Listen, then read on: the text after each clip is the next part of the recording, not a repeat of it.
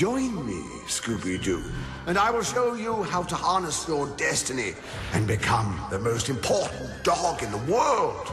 No thanks, Dastardly. Oh, please. My friends call me Dick. Okay. Rick? No, I'm not a Rick. I'm a Dick with a D. Rick with a D. Dick. Rick. I had to do it. I would have gotten too many comments saying, "Where's the dick meme?" Well, here you go. Anyway, onward with the review. You might want to buckle up. Scooby-Dooby-Doo. Maybe this can lead us to our culprit. Jinkies! Apparently he's been stealing Netflix by using his mother's account.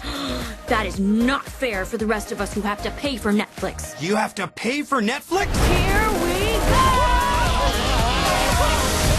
If you want, you can pull over and drop us off here. We'll walk home. I guess our new movie is an origin story. Every hero should have one. I want The Rock to play me. Never gonna happen. It's impressive that an IP like Scooby-Doo has gone this long without at least one theatrical animated film. Sure, there is TV movies and especially direct-to-DVD films, and those live-action CG hybrid films count too, I guess. But even after 50 years, the Mystery Inc. gang never had a truly animated film in theaters. And it might remain that way as Warner Bros. Decided to release SCOOB in VOD due to, well, we should be aware what it is. But also that Universal and DreamWorks did well with Trolls World Tour, basically dominating the digital market. And also causing a war between theaters and movie studios. Out of Trolls, out of all things. Anyway, now that it's finally been released, and given that it was one of the films I was actually wanted to see in cinemas, well, here's my review for SCOOB. Plot. Sense of childhood. Shaggy Rogers, Fred Jones, Velma Dinkley, and Daphne Blake have been solving mysteries across the globe, companioned by Shaggy's pet dog Scooby-Doo.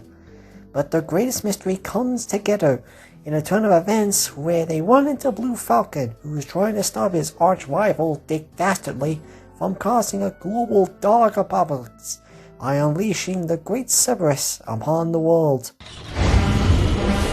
It's Dastardly. He must have tracked you here from the bowling alley. Let's move it, people. To the Falcon Nest. Hey, wait up!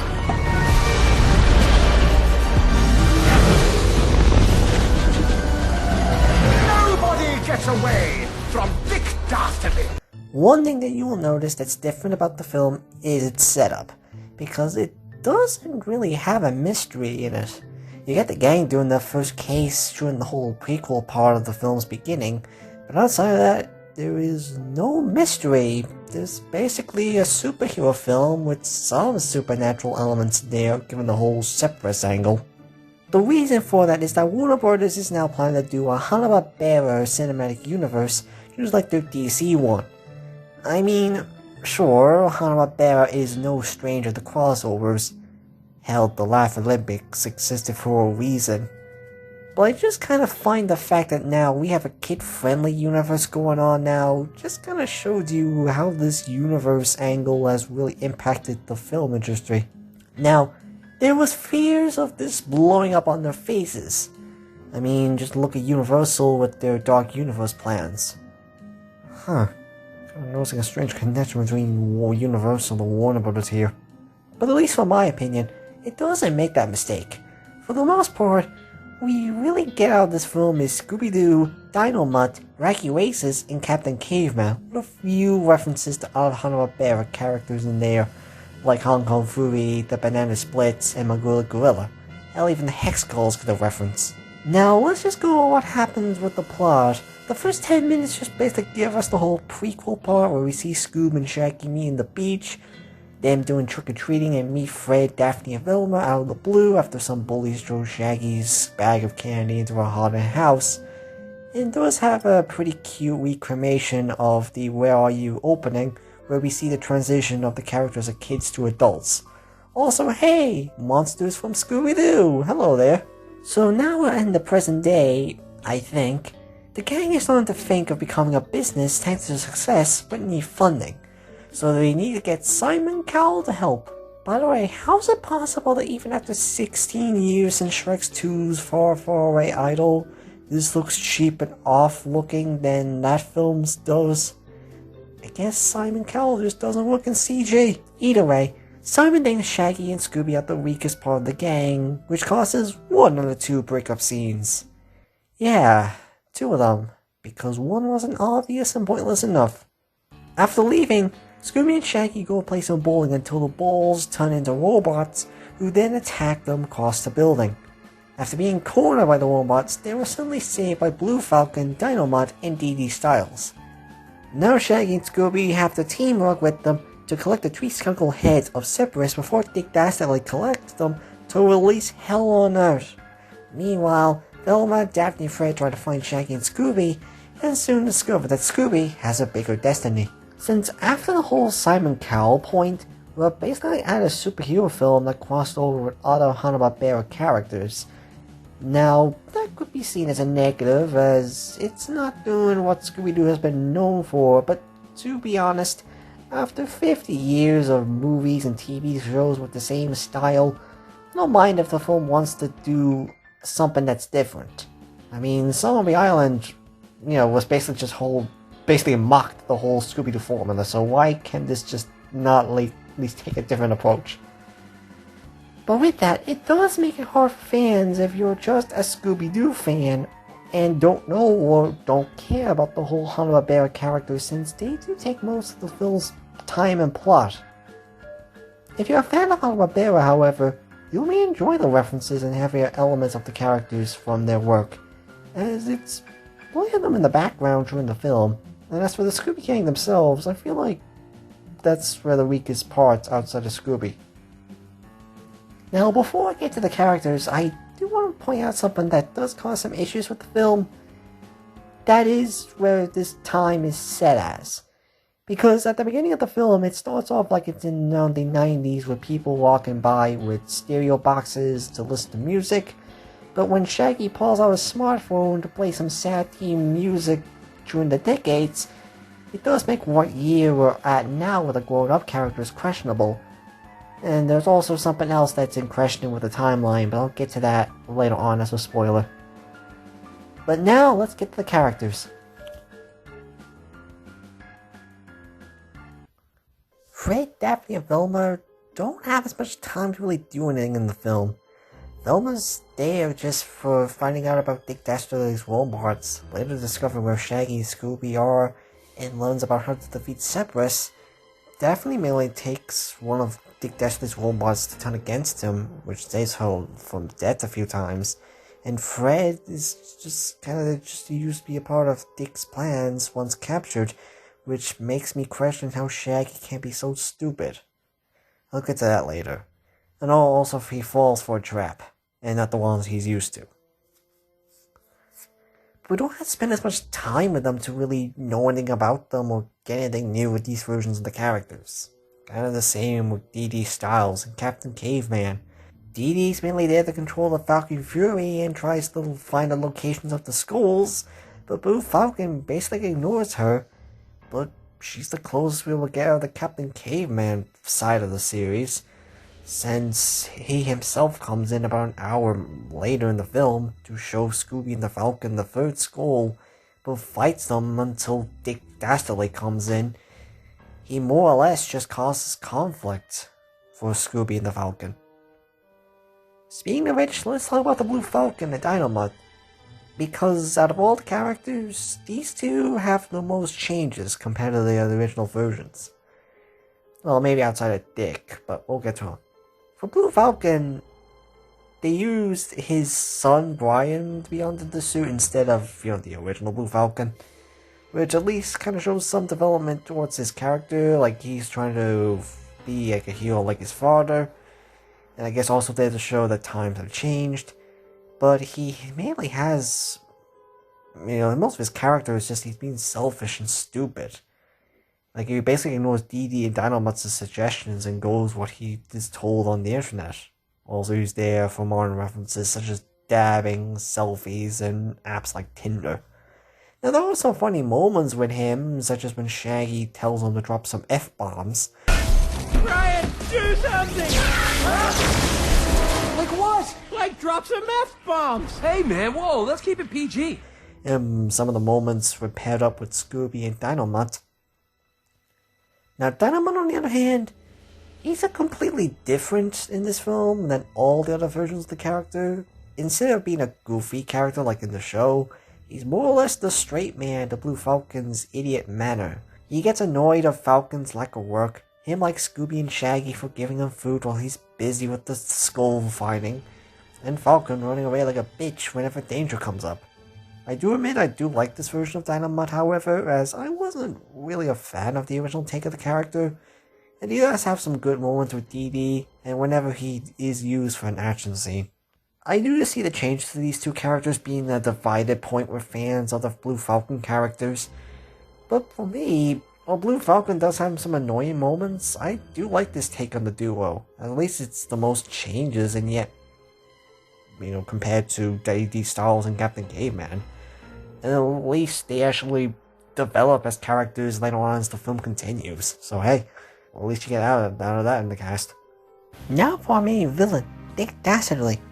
While not having as many changes compared to Dynamite or Blue Falcon, he does have some pretty interesting changes compared to the other takes of the character. Instead of being a racer or in a flying ace, he's a full-blown supervillain with robotic minions called the Wartons. And I mean it. It's like you put the minions in Despicable Me, then put them into robots. At least the Wartons aren't in the film as much, and aren't as annoying either. Probably just there for marketing purposes. Anyway, he basically appears to kick the film's plot off. There's no build-up with the character at all. He just comes out and goes after Scooby and Shaggy afterwards. However, you can tell that the writers had fun with him, at least because, they're still using the stuff we know about the character, such as his anger and seeing trapped. However, they do add something that I do find surprising. This will be spoilers for the film, however, so if you want to avoid this, just go to this timestamp of the video. Trust me, it is a pretty good twist. Well, you can see it for yourself, but with that said, 3, 2, 1, rolling your front now. So basically, after getting kidnapped by Dick, Fred, Daphne, and Velma soon discover a bunch of stuff related to his dog, Muttley. When Dick finds them, Daphne asks who he is. Dick explains that some time ago, he made a portal to Hell to steal Cypress's gold. Dick, in his usual manner, makes Muttley go into the portal, only to discover that Muttley can't get out of Hell. So, for an unknown amount of time, Dick has been wanting to open the gate to Hell to get Muttley back. What's cool about this is not only did they get Muttley's current voice actor Billy West back from the role, they also make a really good change with the whole Dick and Muttley relationship, where Dick does care about Muttley, but just tries to hide it. And it gives Dick a motive that makes sense despite him really being out there with the whole, being Muttley in Hell part. The only bit that's come against this is the timing. If Dick was a bit shorter, or hell, even wearing his own costume from Wacky Races or Flying Machines, it would at least show that some time has passed, but no, Dick is the same as he is now. With that aside, I do like that Dick was written. There's a reason why people wish that there was more of a Wacky Races movie now, and it also helps that Jason Isaacs really does a great job with the voice of the character. Now for our two major characters, Scooby-Doo and Shaggy. This is where on one side they got one of the characters right in terms of the writing and how the character acts. On the other hand, this is kind of where the criticism of the film comes in. For Scooby, I feel like he's written well. While he does do his usual shtick, he's where the more emotional moments come in, such as when he's a puppy and given his collar, and the ending, which I won't spoil, does at least show, but yeah, Scooby's where the heart is in this whole film. Now they do make Scooby do some modern stuff, and since this is a thing that most recent shows do with the character, drop his speech impediment at points and show him being more heroic, and being with the one with the ideas. Sure, they make him say Rick instead of Dick. For the most part though, Scooby is handled well. Shaggy, on the other hand, is where I think the worst treatment of the film comes in.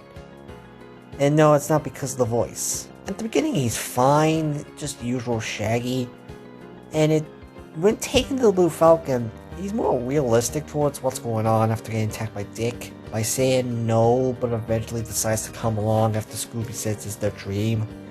It's where the second act comes in, and that's when it falls apart. He soon gets petty over the fact he gets ignored while Scooby gets all the attention, and then it causes the second breakup, with Shaggy being more petty about the situation. Dick has to have the most stupidest moment where he sees Fred appear out of nowhere in an island where the Fred school is. Doesn't even question how Fred got there, or noticing the more villainous facial expressions and wording from Fred. Especially since we just saw that Dick needed Fred for a plan. And basically messes everything up, giving Dick the Fred school, getting Scooby captured, and getting left behind with the rest of the gang.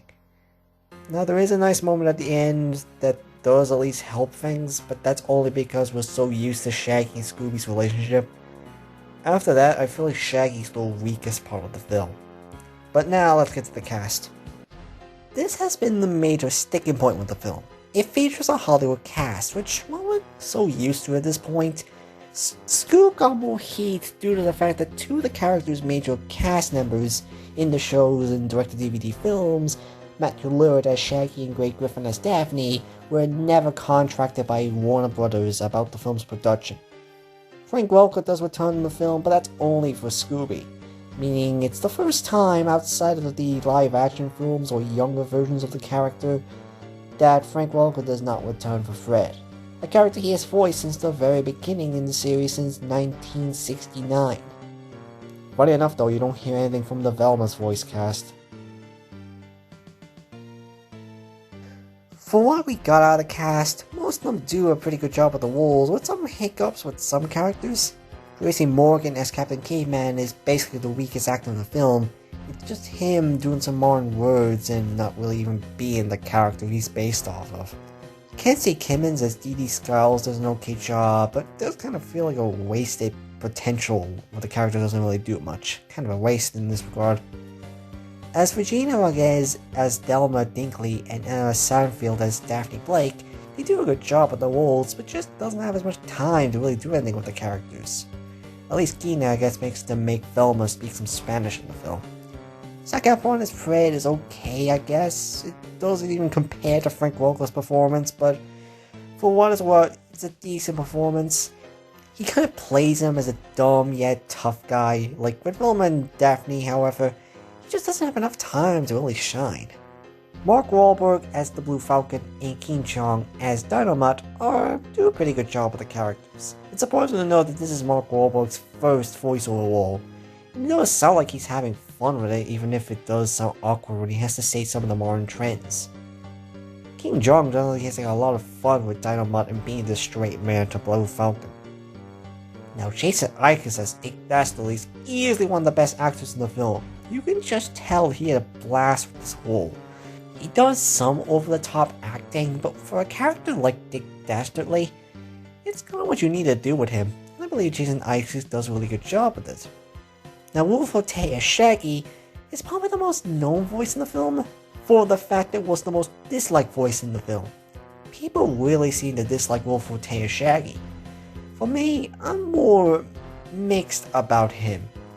There are points where he does a pretty good job with Shaggy's voice, while there's points where it doesn't work, mainly because it sounds like the voice is hurting his throat. But I guess you could have done worse with this, but I can't blame people for not liking his performance. Frank Welker as Scooby is just what you expect from him. Given that he's done the character for close enough to 2 decades, it's safe to say that he will be just fine with the role as usual. There are points where his performance does help with the scenes with their emotional humor, and at least they get someone from the cast back as their character, so hey, at least there's that. In my opinion, the animation is one of the film's best aspects. Warner Brothers is really trying to mix their more cartoony style in their CG films, like with Smallfoot now and SCOOB. It's really colorful and full of expression, especially with the action scenes. It can go a bit too fast depending on how you feel about it, but I don't mind it as much because it's still well animated. Kinda makes me wish I did see this on the big screen though, because you virus.